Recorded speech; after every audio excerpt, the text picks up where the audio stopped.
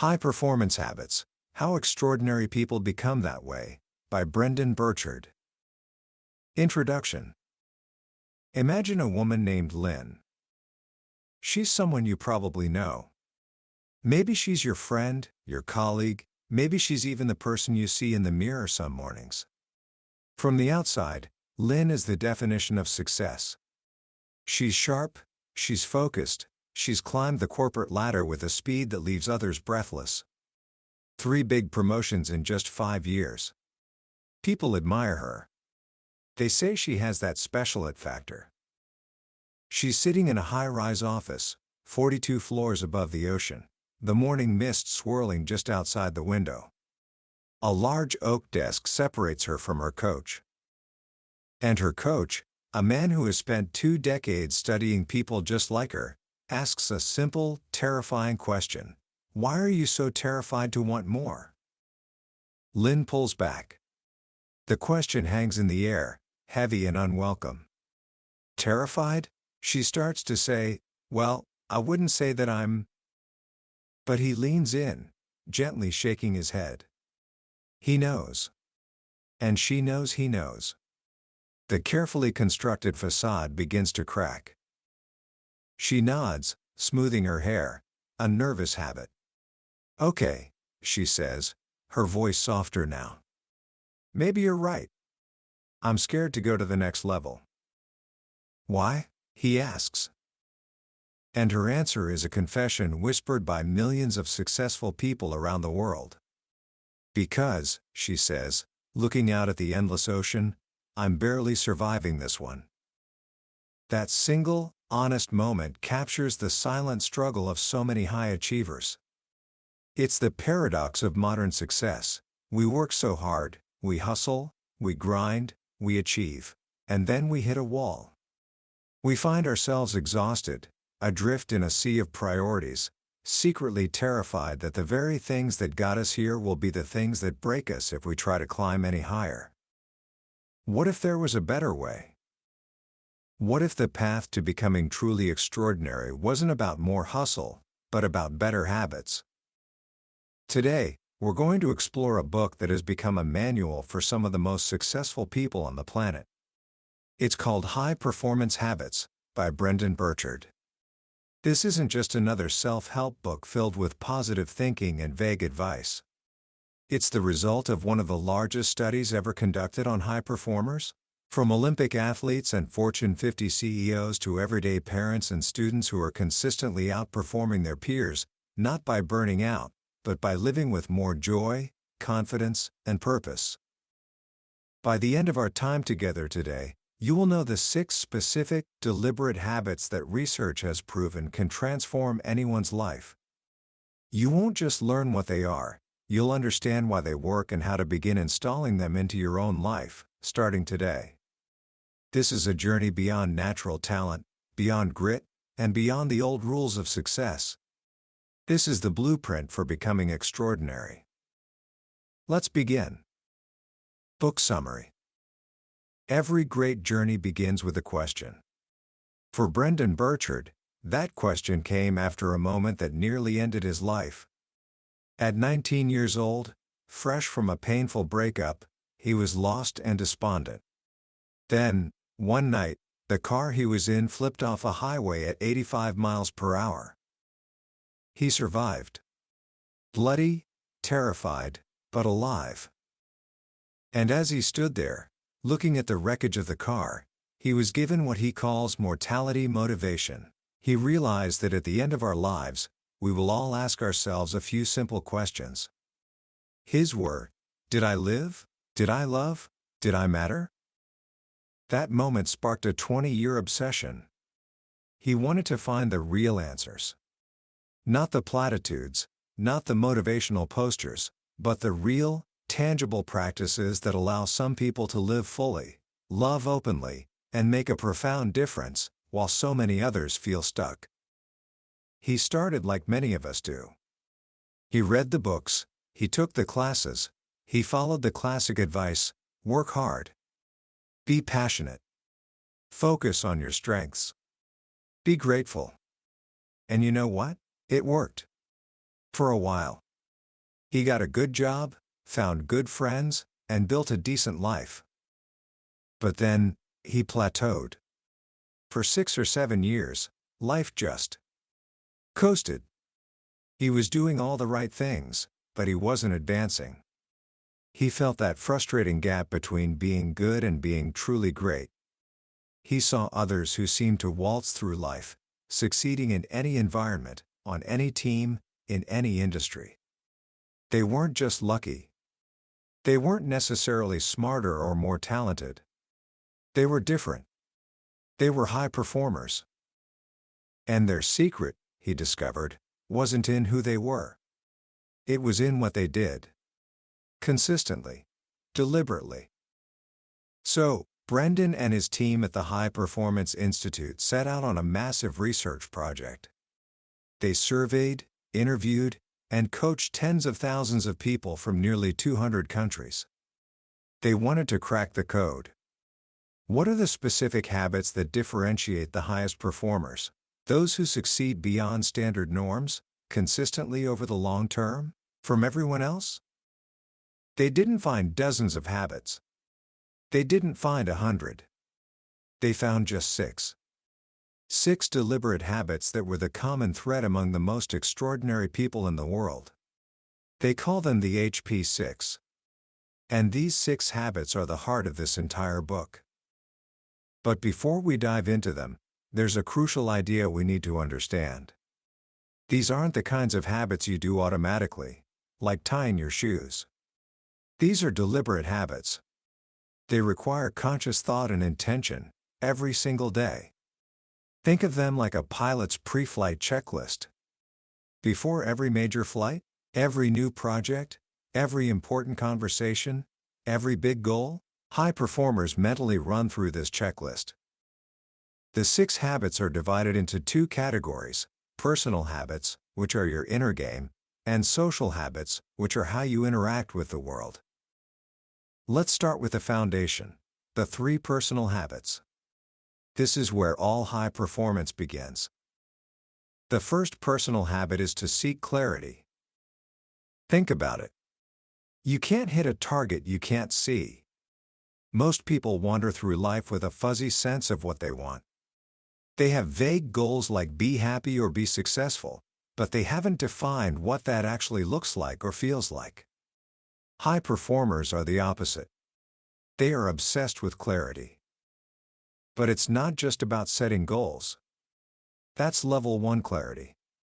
High performers go deeper. They seek clarity in 4 specific areas, what Burchard calls the future 4. First, they are clear on self. They constantly ask, who do I want to be? Not just what are my strengths today, but what kind of person am I striving to become? They might describe their future self in 3 aspirational words, like present, bold, and loving, and then they set alarms on their phone to remind them of those words throughout the day. They are actively sculpting their own character. Second, they are clear on social. How do I want to treat other people? Before walking into a meeting, a high performer thinks, what energy do I want to bring to this room? How can I make the people here feel valued and respected? They are intentional about their interactions. They don't just show up, they show up with a social plan. Third, they are clear on skills. What skills do I need to develop to win in the future? They identify their primary field of interest, the area they want to master, and then they obsessively develop the skills required. They aren't just general learners, they are strategic specialists. They build their own curriculum for life. As Brendon says, if you leave your growth to randomness, you'll always live in the land of mediocrity. And fourth, they are clear on service. How can I make a difference? What value can I bring? They're less focused on what can I get, and more on what can I give. This isn't about grand, world-changing gestures every day. It's about a constant mindset of service. How can I serve with excellence right now, in this task, for this person? This relentless seeking of clarity gives them a roadmap. It keeps them engaged, growing, and fulfilled. It's the difference between being busy and being purposeful. Now, once you have clarity, once you know where you're going, you need the fuel to get there. This brings us to the second personal habit: generate energy. This seems obvious, right? Of course you need energy. But most people treat energy as something that just happens to them. They wake up tired, chug coffee, push through the day, and crash at night. High performers don't have energy. They generate it. Like a power plant. They understand that energy is holistic, it's mental, emotional, and physical. And they have specific practices to manage all three.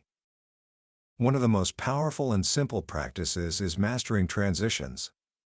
Think about your day. It's a series of transitions, from waking up to starting work, from finishing one meeting to starting another, from leaving the office to arriving home. Most of us carry the stress and tension from one activity right into the next. We finish a frustrating call and then walk into the living room with that negative energy still clinging to us. High performers use these transition moments to reset. Brendon teaches a simple technique: release tension, set intention. Between activities, take just 60 seconds.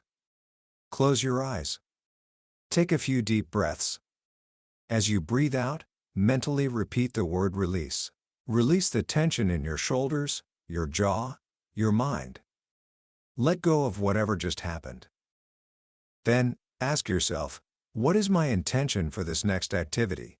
What energy do I want to bring? How can I do this with excellence and joy? Imagine doing this just a few times a day. Before you walk into your house after work, sitting in the car, you release the stress of the day and set an intention to be a present, loving partner or parent. It's a game changer. It's how you stop letting the day run you and start running your day. Another key part of generating energy is to bring the joy. High performers don't wait for happiness to find them. They see joy as a choice, a discipline. They consciously look for things to be excited about. They anticipate positive outcomes. They practice gratitude. One simple morning habit is to ask yourself 3 questions in the shower. 1. What can I be excited about today? 2. Who might I surprise today with a thank you, a gift, or a moment of appreciation? 3. What potential stressful situation might come up, and how can my best self handle it with grace? These simple questions prime your mind for a positive, joyful, and resilient day. Energy isn't just about sleep, diet, and exercise, though those are critically important. It's about the emotional vibrancy you choose to cultivate. So we have clarity, our map. We have energy, our fuel. But what makes us actually turn the key and start driving, especially when the journey is long and difficult? That brings us to the third and final personal habit: raise necessity. This is one of the deepest drivers of human motivation. Necessity is the feeling that you must do something. It's not a preference, it's an imperative. It's the difference between I should go to the gym and I must go to the gym. When you have high necessity, you don't procrastinate. You don't make excuses. You get it done. Because you have to. So where does this powerful force come from? Burchard identifies 4 forces of necessity. 2 are internal, and 2 are external. The first internal force is your identity. High performers tie their actions to their identity. They hold themselves to a high standard because it's just who I am. An elite athlete doesn't just work out, they train like a champion because they are a champion.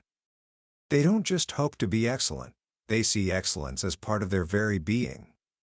The question they live by is this action congruent with the best version of myself? The second internal force is obsession. Now, this word can sound negative, but here it means a deep, healthy, passionate curiosity. High performers are obsessed with their primary field of interest. They love learning about it, practicing it, mastering it. It's not just a job, it's a craft. This intrinsic motivation pulls them forward, even when there are no external rewards. Those are the internal forces. But we're also powerfully moved by external forces. The first external force is a sense of duty. This is the truth that we will often do more for others than we will for ourselves. A parent will wake up in the middle of the night for a sick child, no matter how tired they are. The duty to that child creates a level of necessity that pure self-interest rarely can. High performers tap into this. They ask themselves a simple question: who needs my A game right now? Thinking about the person who is counting on them, a client, a child, a teammate, raises the stakes and makes high performance a must. The second external force is urgency. Real deadlines. Not the fake ones we impose on ourselves, but real dates with real consequences. An Olympian doesn't get to choose when the games are held. That hard deadline creates an incredible sense of urgency that focuses all their efforts. High performers are masterful at setting or committing to real, public deadlines. It creates positive pressure that fuels action. When you combine these four forces, a standard of excellence tied to your identity, a deep obsession with your craft, a sense of duty to others, and real urgency, you create an unstoppable drive. You raise necessity. So there you have it. The three personal habits: seek clarity, generate energy, and raise necessity. This is the inner engine of a high performer. But we don't live in a vacuum. To achieve anything great, we have to work with and through other people. This is where the three social habits come in. The first social habit, which builds directly on the personal habits, is to increase productivity. But this isn't about productivity in the traditional sense of just getting more stuff done. Ticking off a long to-do list of busy work is not high performance. High performers have mastered what Brendon calls prolific quality output (PQO). This means they have figured out the one or two outputs that truly matter in their field, and they focus the majority of their time and energy on producing those things, at a high level of quality, and on a prolific, consistent basis.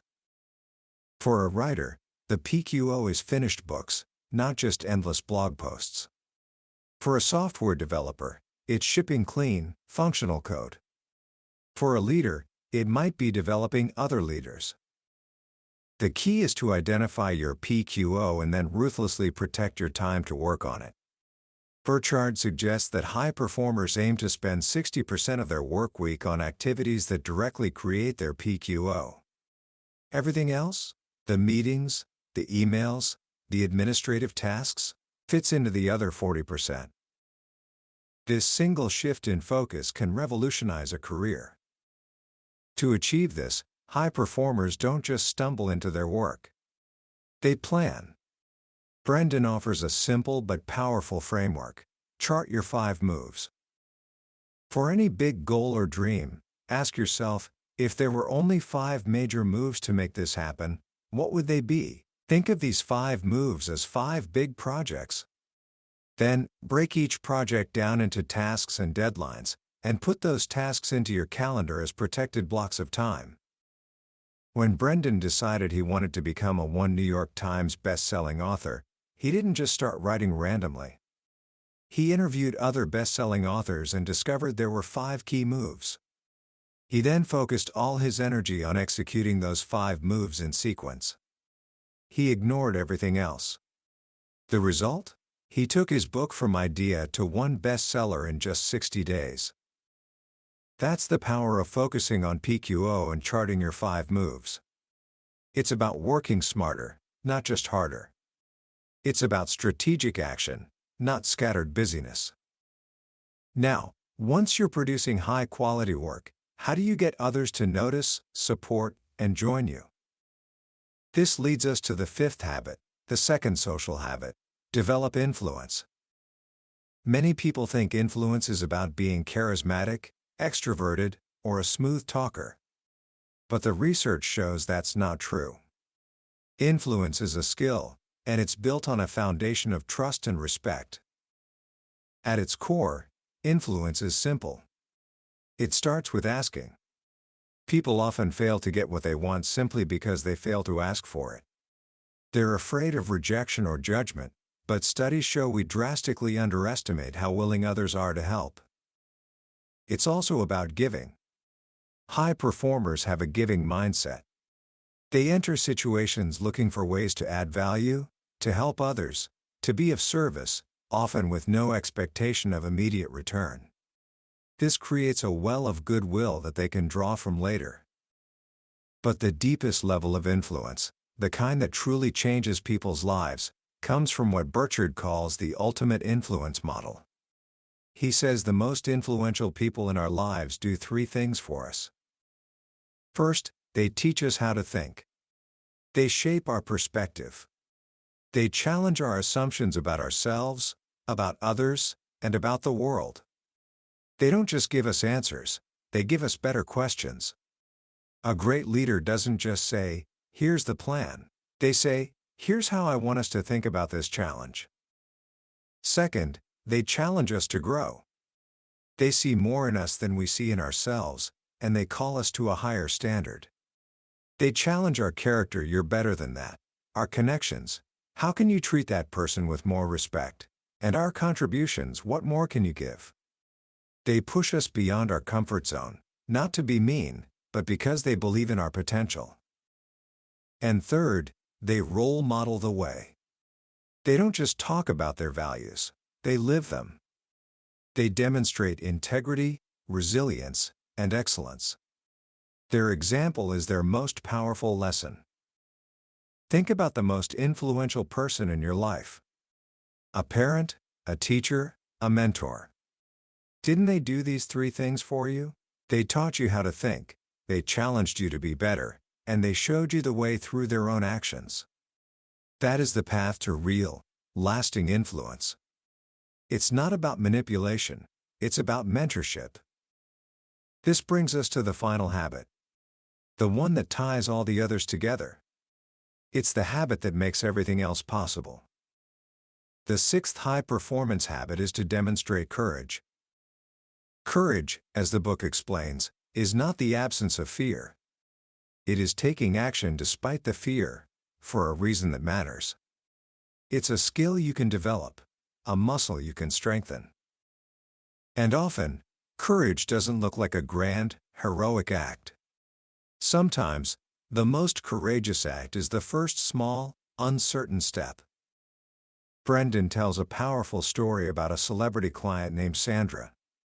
She called him in the middle of the night, terrified, after posting a vague confession video on YouTube. The video was getting a lot of hate. At first, he was annoyed. He thought it was just another celebrity seeking attention. Sharing a video isn't courage, he thought to himself. But the next day at lunch, Sandra took off her sunglasses, revealing a black eye. The video wasn't about fame. It was her first, desperate step to escape an abusive relationship. That small, imperfect act was her cry for help. It was the beginning of her reclaiming her life. It was true courage. High performers learn to embrace this kind of courage. And they do it through a few key practices. First, they honor the struggle. Our modern culture sells us on ease and comfort. We're told to find the hack, the shortcut. But high performers know that struggle is not something to be avoided. It's the fire in which strength and character are forged. They see challenges not as roadblocks, but as opportunities to grow. They have what Carol Dweck would call a growth mindset. They believe they can improve with effort, so they're not afraid to take on difficult things. They embrace the suck. Second, they share their truth and ambitions. Many of us play small. We hide our real dreams and desires because we're afraid of what others will think. We're afraid of being judged, or we're afraid that our success will make others feel bad. High performers have the courage to be authentic. They share who they are and what they want. This vulnerability doesn't make them weak, it makes them powerful. It attracts the right people into their lives, people who can and want to help them.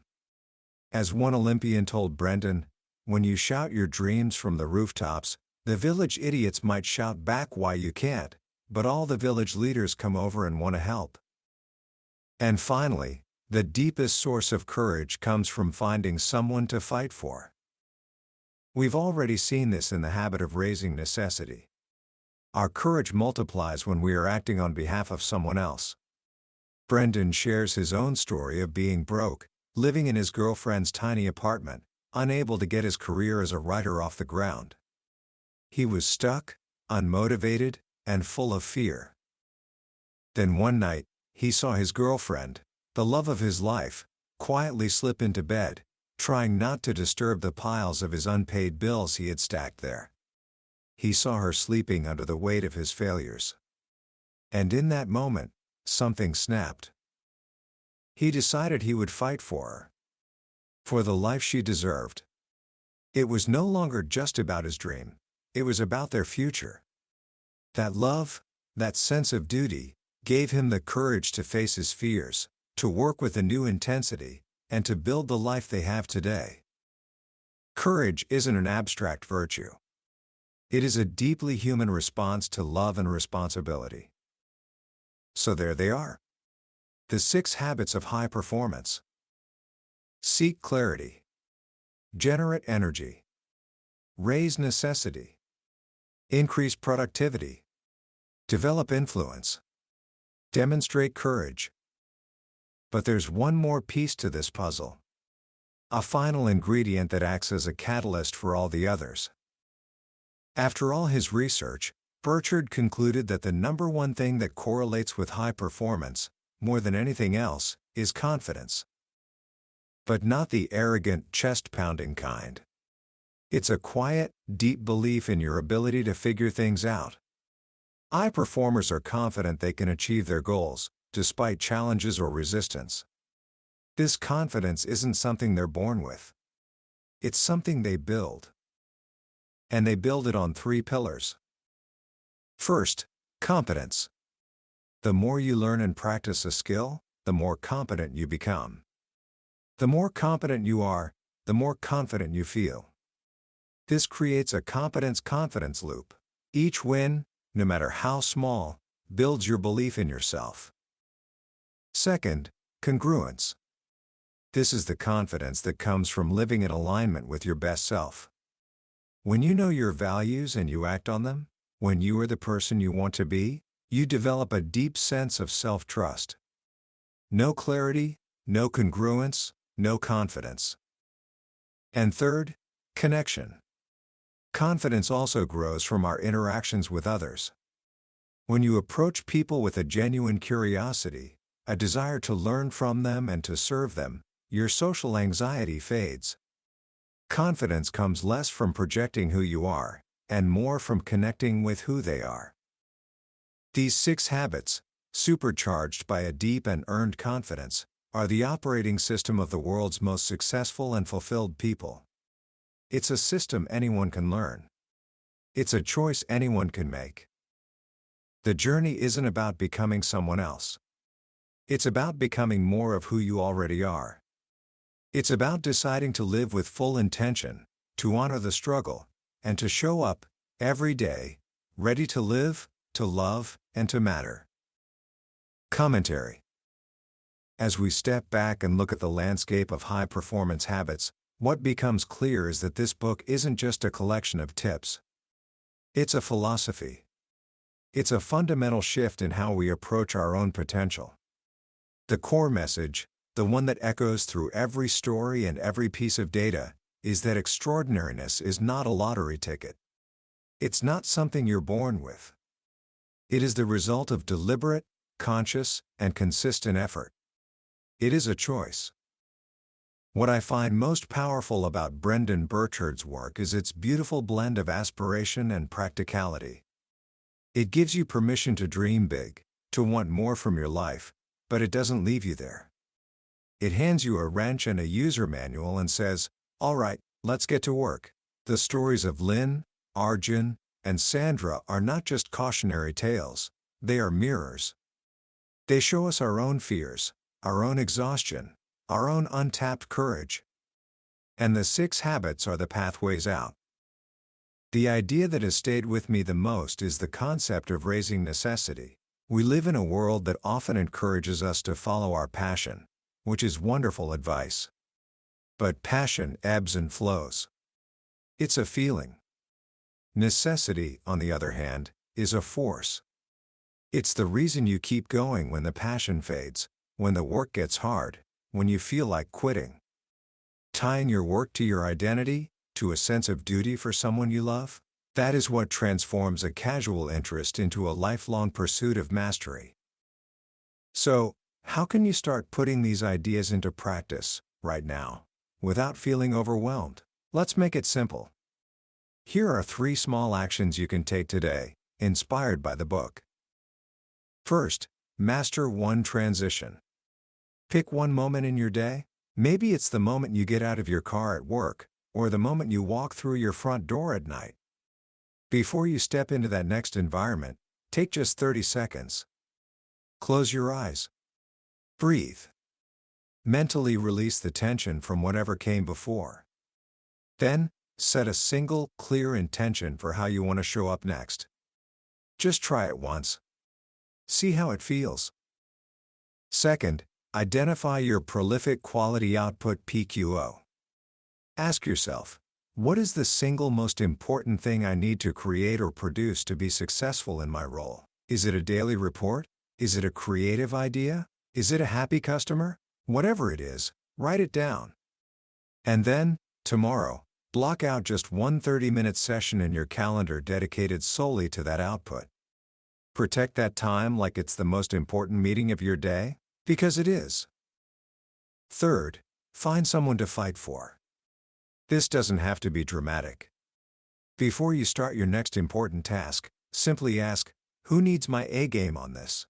Picture that person in your mind. Your child, your partner, your boss, a customer. Do the work for them. Feel that shift from a have to a get to. These small steps, practiced consistently, are the seeds from which an extraordinary life grows. This book is a reminder that the gap between who you are and who you want to be is bridged by your habits. You don't have to be perfect. You just have to be intentional. That was a summary of High Performance Habits by Brendon Burchard. We've certainly hit the highlights today, but I'll be honest with you, a summary can only ever be a map. The real treasure is found on the journey itself.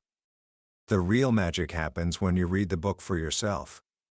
It's in the quiet moments, when a particular story or a simple phrase connects with you in a way you didn't expect. This summary is designed to help you decide if this book is worth your time and attention. If anything we've talked about today has stirred something in you, I encourage you to grab a copy. Reading it isn't just about learning. It's an experience that can genuinely change the way you see yourself and what you're capable of. You can find a link to the book in the description below. Also, if you found this journey valuable, please take a moment to like this video and subscribe to the channel. It lets us know we're on the right track and ensures you won't miss our next exploration into another life-changing book from the billionaire's bookshelf. Let's keep growing together.